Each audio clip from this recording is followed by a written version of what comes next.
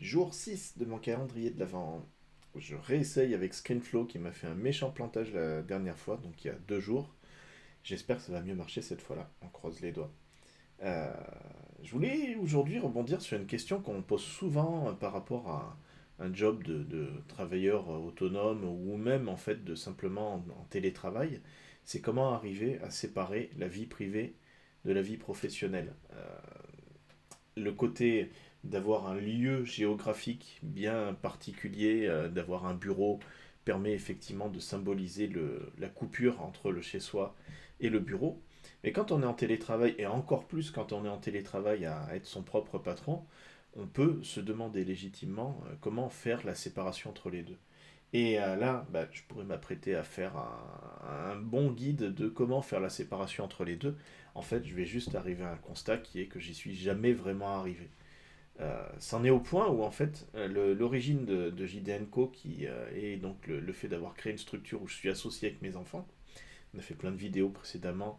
Je t'invite à les regarder, à t'abonner et tout ça.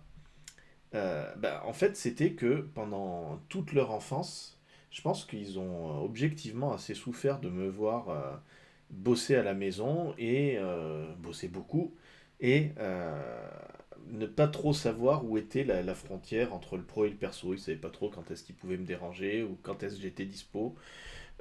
Sans compter que, bien évidemment, lorsqu'on ne maîtrise pas vraiment cette frontière, le boulot prend de plus en plus de place et peut complètement vous bouffer la vie. Je dirais pas que ça m'a coûté un divorce, mais disons que ça y a sans doute contribué. Et Jidenko, en fait, ça a été une réponse à ça, c'était de me dire, mais puisque j'ai jamais vraiment réussi à, à faire une séparation, une lecture très lisible pour mes enfants de quand est-ce que je suis dispo pour eux, mais en fait, je vais essayer de les inclure dans mon boulot et qu'on se retrouve à bosser ensemble. Et bien sûr, ça marche pas à tous les coups parce que ben, il fallait qu'on s'entende bien, il fallait qu'on ait des activités qui soient à peu près complémentaires. Mais c'est finalement la seule astuce que j'ai trouvée pour ne plus avoir cette tension qui était bien légitime entre le pro et le perso par rapport à la disponibilité pour mes proches. C'est donc d'être plus inclusif par rapport à mes proches sur mon activité. Ça, c'est finalement quelque chose qui était assez fréquent avant le côté de créer une entreprise familiale, d'avoir un couple qui gère la boutique et d'avoir le et fils à côté du nom d'une entreprise.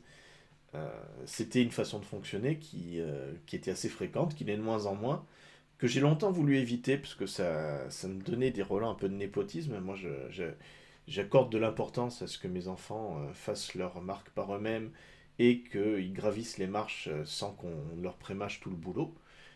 Mais pourtant, je dois bien admettre que, au départ, ce qui était un peu presque une blague de dire, eh ben, je vais les embarquer là-dedans, c'est avéré quelque chose qui était super épanouissant et qui a été la seule vraie solution pour moi pour gérer ça. Et plus globalement, comment gérer la séparation entre le pro et le perso? Je suis bien foutu de te le dire. En fait, si je dois bien avouer les choses et être honnête avec moi-même, je suis pas très très doué pour tout ce qui est loisirs. J'ai pas une vie personnelle qui est extraordinaire et je m'éclate vraiment dans mon boulot. Donc en fait, j'ai souvent tendance à dire que j'ai pas de séparation loisir-boulot. Je fais des choses qui me plaisent et j'essaye autant que possible que certaines des choses qui me plaisent puissent se convertir en une activité rentable pour pouvoir me payer et remplir le frigo. Et je le vois un peu comme ça, c'est que j'ai pas vraiment cette séparation, c'est très lourd sur certains points.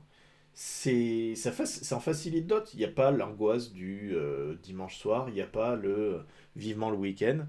Euh, J'essaye autant que possible de m'aménager des moments pour moi. Et puis, si j'y arrive pas, c'est la fatigue qui m'amène à le faire. C'est vrai que l'âge aidant, on a peut-être moins d'énergie et on a besoin de plus de moments pour souffler, pour se retrouver, pour mettre un peu son esprit en jachère.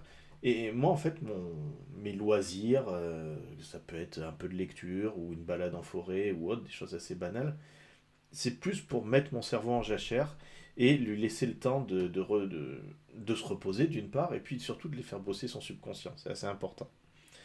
Donc voilà, pas de grande recette miracle, mais c'était mes quelques pensées du jour à ce sujet. La vidéo du jour est de quelqu'un que je suis depuis longtemps, qui est un entrepreneur qui vous vend des formations sur le web comme plein d'autres. Mais lui, il le fait depuis tellement longtemps et puis avec une sincérité telle que je continue à me régaler à le suivre. Il s'appelle Jean Rivière. Il a exactement la même coupe-cheveux que moi. Et il s'amuse depuis quelque temps à faire autre chose que de vendre des vidéos et des formations de marketing. Et il vient d'ouvrir une autre chaîne avec une superbe vidéo sur comment préparer sa tisane. Et voilà, et je t'invite fortement à la regarder. Moi, je me suis bien amusé à regarder ça. Et le personnage m'éclate vraiment. Je lui trouve une philosophie de vie et une façon de prendre du recul et d'avoir des points de vue originaux qui sont souvent intéressants, j'adhère pas à tout, loin de là, mais ce qu'il peut dire me percute souvent, ça me fait réfléchir. Bon, pour la tisane, c'est plus léger, mais c'est un sacré personnage en tout cas. Allez, à demain.